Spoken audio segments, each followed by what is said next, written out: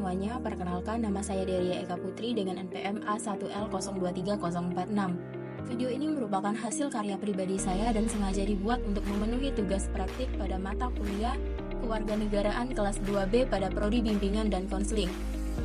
Judul dari praktik ini, Praktik Menjaga dan Melestarikan Benteng Marlborough. Di Bengkulu terdapat banyak bangunan bersejarah, salah satunya yaitu Benteng Marlborough. Benteng Marlborough merupakan benteng peninggalan Inggris di kota Bengkulu.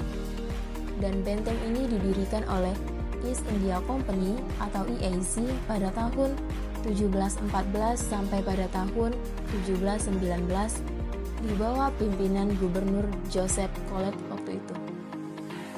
Benteng ini berfungsi sebagai benteng pertahanan Inggris waktu itu yang sedang berkuasa di Bengkulu. Saudara sekalian, jika kita melihat posisi benteng ini, ternyata benteng ini didirikan di atas bukit buatan. Dan posisinya sangat luar biasa, karena ketika kita masuk ke benteng ini, ternyata pintu depan ataupun benteng ini menghadap ke arah kota Bengkulu. Dan benteng ini membelakangi atau memunggungi Samudra Hindia. Jadi, di samping atau di belakang benteng ini adalah Samudra Hindia. Dan di dalam benteng ini terdapat beberapa meriam yang diarahkan ke lautan sebagai antisipasi jikalau ada penyerangan dan sangat strategis.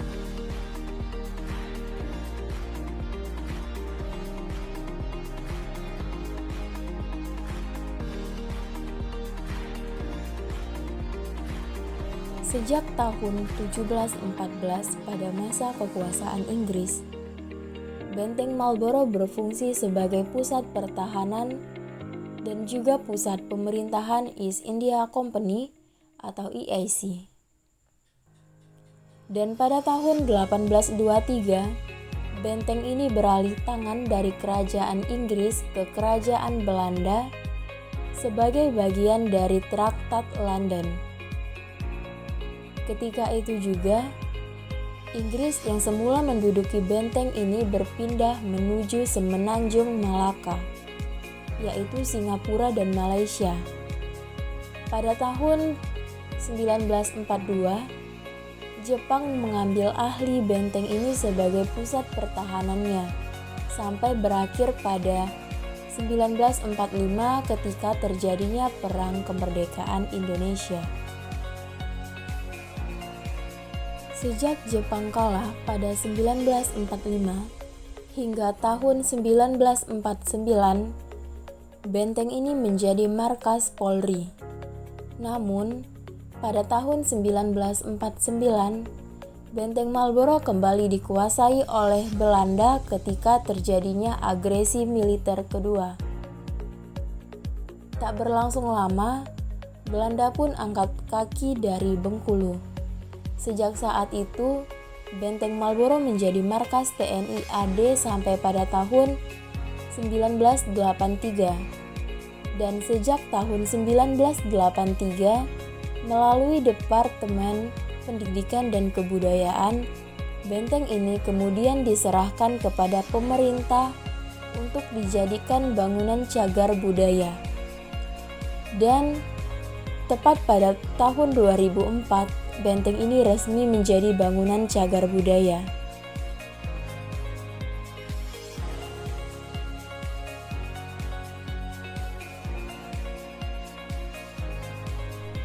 Benteng Marlborough juga memiliki keunikan tersendiri. Selain fungsinya, tata letak ataupun geografisnya, ternyata jika dilihat dari atas atau dari ketinggian, benteng ini terlihat seperti kura-kura. Menurut informasi yang saya dapat, benteng ini berada di tanah seluas 44.000 meter kubik. Ukuran fisiknya sekitar 240 kali 170 meter. Ketinggian dinding bervariasi dari 8 sampai 8,5 meter. Dengan ketebalan 1,85 sampai 3 meter. Pertahanan benteng terdiri dari 72 meriam. Di dalam benteng terdapat beberapa baris bangunan dengan atap berbentuk segitiga. Bangunan tersebut memiliki Repiak teras dengan barisan tiang besi. Catatan yang ada mengatakan bangunan ini difungsikan sebagai barak, penjara, dan kantor. Di bagian tengah benteng ini juga terdapat lapangan besar yang berfungsi sebagai halaman dalam.